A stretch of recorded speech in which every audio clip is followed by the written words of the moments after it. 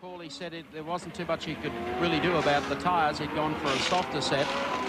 Would go all the way through and complete the first pit stop and then hand over to John Cleland. It's interesting watching the pit stop times here. The Falcons, the first Falcon came in on 32, I think it was 33 laps. I just a lot of the Commodores came in a lot earlier. I noticed just a second ago the PJ team was standing back for Glenn Seaton to come in. Seaton in car number 30, this Ford pit report. Checking out, they're quite happy with their brakes by the look of it. It's very interesting as well. Both Brock and the Seaton car here have come in at 33 laps, which puts them on schedule to do the race in just the 4 stops. That extra stop will make a difference come the end of the race, providing they don't strike any other problems. It's a problem here. This is Seaton giving giving Alan a hand there with the belts. This is a less than flash stop. They can't afford to lose this amount of time in the pits. Still up on the air, Jacks. Going to be interesting to see how Alan Jones copes with the stint behind the wheel too, because he has been ill and quite weak. Dear, oh dear, that was almost a minute, that stop. Looks like the Trevor Ashby, Steve Reed, all car is also in, so expect them all fairly close together.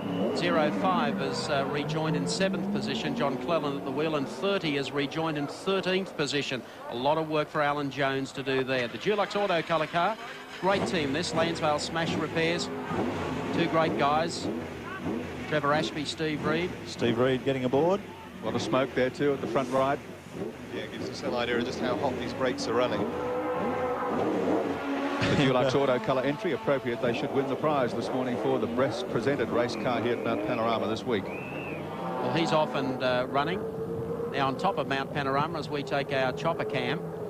Number 3 has rejoined in 20th position. That's the Lansvale Smash Repairs car. John Cleland in the 05 car. Hardly needs any introduction to our British viewers. He's had a great season.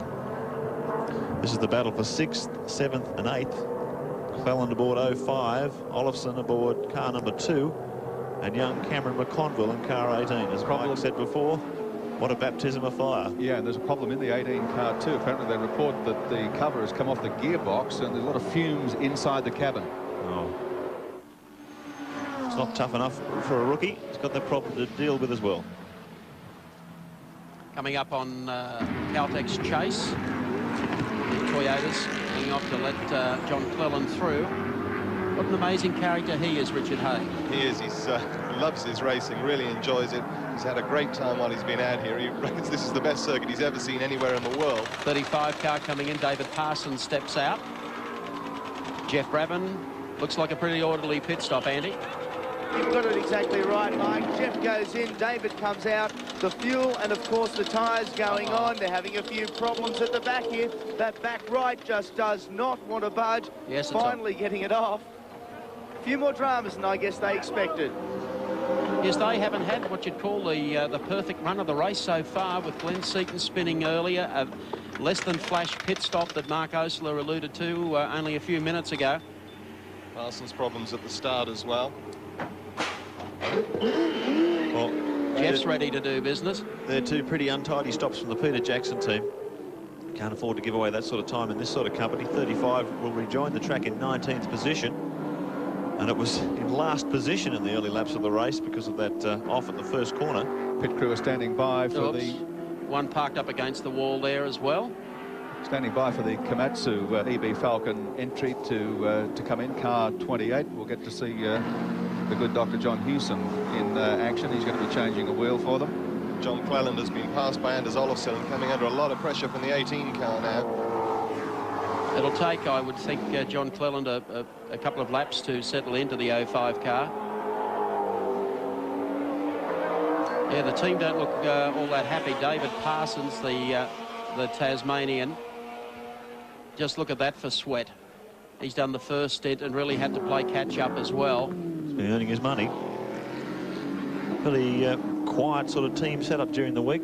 Not the happiest of weekends for the Seaton team. 28 car is in the pits. The Komatsu entry of Kevin Waldock, who is not here today. Unfortunately, Kevin was taken ill last weekend with a heart problem and is in St Vincent's Hospital in Sydney. There's a familiar face on the front right, of course. Dr. John Hewson, who is a confirmed petrol head. Alan Grice, how's the stop look? It looks pretty good, Mike. It's a routine stop. They've changed drivers, just changing wheels, tyre, fuel going in. They certainly check the front pads. They obviously plan to change them later in the day, but at the moment they're looking fine. That's a beautifully turned out car. Komatsu sponsored. Kevin Waldock that Gary mentioned beforehand has got sponsorship there. The Queensland tourist industry. It's so hard to bring a car. This is only its second race, and it's so hard to get them working so well. Gracie, what do you think? Oh. John, I've got an interesting pit member down here. John, can I ask you, one politician to another, what's the more difficult? Getting ready for an election or getting ready for a pit stop? Well, you can make a mess of either one, I guess, but this is a lot of fun. Election's not so much fun. No, this is right. One more word of advice. If you're working on the outside wheel, yeah. If there's a Keating-ended car, could you move over and work on the inside wheel? You notice it's the right front wheel. Yes, indeed. Thanks, John. Very quick. Alan Grice, of course, for our Queensland viewers would know, the honourable member for Broadwater. So car 28 back on the track, rejoins in 17th position. Let's have a look at this. We've got another pit stop in as the 4 car comes in. The Gazard car, the second GIO Commodore. We've got some fireworks on the front brakes here. A little barbecue burning on the inside of the rim. Oh dear. Yeah, brake pad material just burning like gunpowder on the concrete there. Just shows the enormous brake temperatures of these new 1993 spec touring cars. Well, this is the car that Neil Crompton fielded at the early part of the season. So Peter Gazard. Fire marshal in to sweep out the burning debris. Car 4 was in 31st position. Peter Gazard aboard. And they hopefully rejoin the track shortly. Meanwhile, the top of the hill, Diet Coke BMW. Heading for the pits, by the way, about to come in for the first stop. Well, it's up to 9th. And Tony Longhurst in 10th, coming in for their first scheduled pit stop, as Gary just mentioned. Well, Tony Longhurst has said all along in the lead up to this race he will need the V8s to fall over. He just can't match them from race pace. But boy, we've got a long way to go. We're yet to see if these V8s can hang together. Let's check them out for you on the show. The Caldex race call. 1 hour 25.5 into the race. Scaife and Richards continue to lead. Lap number 37.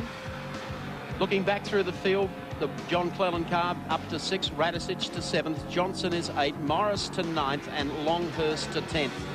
It's a great race, and it's all still unfolding here at Mount Panorama Bathurst. Don't go away. Back in a sec. Mount Panorama, the news is not good in the 2-litre category, at least not for the leaders of that class. Neil Bates in the car, having just taken over the number 6 Caltex entry from John Smith. The car will not fire again. They've been stuck there now for about 2.5 minutes. Flat battery. Yep. Oh, goodness me. As we see on our Caltex race score readout of the top 5 positions in this category, it was Smith and Bates. It won't be any longer, but the boss will inherit the front running now. Colin Bond with Terry Bosenjack. They'll be followed by the defending 2-litre champions, Cotter and Dillman. 4th place in the category, held by Steve Masterton, making a long-awaited return to racing here at Mount Panorama in his 2-litre Sierra, and Stratton and Madden in a Corolla, rounding out the 5 positions in the 2-litre class. And over the top 5 positions, 44 has got around out of the cutting. I think they've been trying to move the car there for a lap or so. Notice across the top 5 in the 2-litre class, 3 laps. And bad luck there for the leading car. Still just won't fire. Here's a guy that is firing, and firing well today. Jimmy Richards, as he and Mark Scaife go for the hat-trick at Mount Panorama, 3 in a row. And they'll be the first guys to do that in 2 different cars. Their first 2 wins in a Nissan GTR. If they do it in a Commodore, that'll be quite an achievement. But it's interesting watching these lap times. Before every race, particularly this race, there were people predicting a consistent lap pace of a 2:15, 2:16. Well, by our clocks, there's 17s and 18s, and we're into lap 40. So the race certainly settling down. I don't know about flat battery for the number 6 Corolla. They're putting in a new starter motor. Tragedy for Colin Bond's team. And directly opposite our commentary position here, I can see we're likely to see a double pit stop here for the BMW crew. Their leading Coke car and the leading B&H car are both expected in about the next lap. They still run 9th and 10th. Joachim Winkelhock in the 23 car, Tony Longhurst the 25 car. Bob Jones And Greg Crick running the Ampol Max 3 car. Strong privateers. They have run the entire Shell Australian Touring Car Championship. They didn't expect to be in the top 5 of any of the championship rounds. Larry Perkins, meanwhile. Greg Hansford. Well, Greg Hansford at the wheel, of course, of that car. That's 37 seconds off the pace of Jimmy Richards.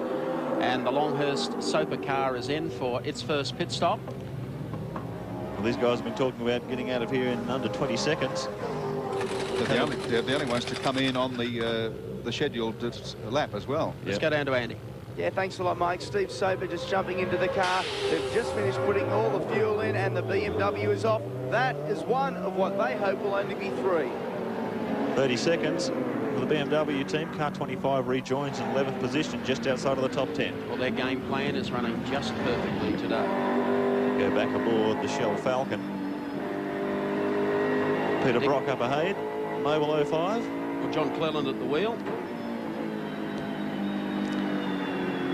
Just look how quick these things hammer across the mountain, courtesy of Dunlop Racecam. Top speeds on Conrod Straight this year haven't really exceeded 280 kilometres an hour. So all the speed they're making up, this incredible gain in speed for a V8 car, has been across the top, and they really are sensational things to watch from coming out of the cutting all the way down to Skyline.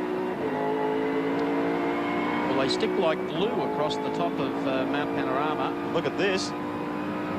No shortage of straight line speed either from the Shell Falcon, right under the wing of the Mobile 05 car. He's trying to get him before the chase. Not enough time. Johnny Cleland's mirrors will be full of yellow and red. He's going to try, have a look down the inside here.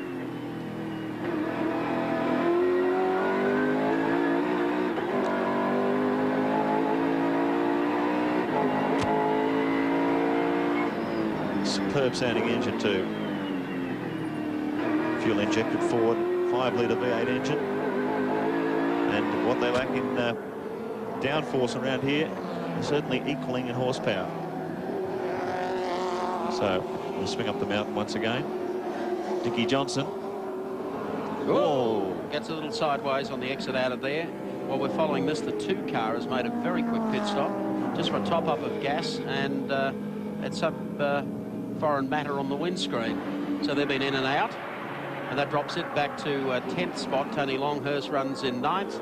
Oh, they finally got it going. Young Bates gets away in the Caltex number 6 car. Was the class leader in the 2-litre slog. It'll drop them from 1st to 5th in that category.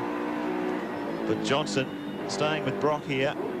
This absorbing battle across the top of the mountain.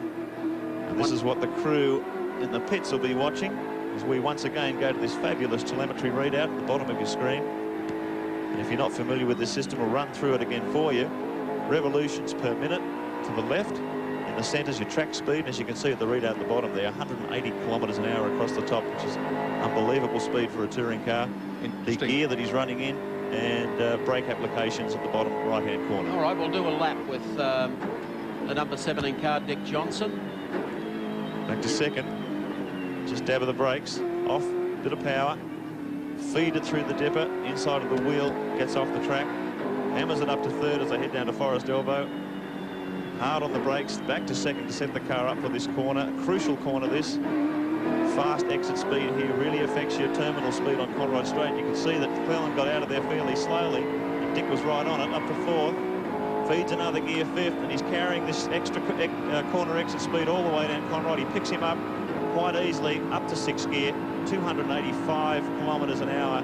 Just pumping the brakes to make sure there's plenty of pedal there as he swings into this very fast right-hander. Very hard on the brakes. Brake temperatures probably in excess of 700 degrees centigrade. Back to second gear, feeds in the power once again, up to third, heading down once again, and probably just brush the brakes again here just to get that pedal back, and then he buries them about 150 metre mark, back through the gears, and onto pit straight once again. This machinery is working very, very hard. It gives you an idea just how much brake application is required at the end of Conrod Straight, just in the short burst from Caltex.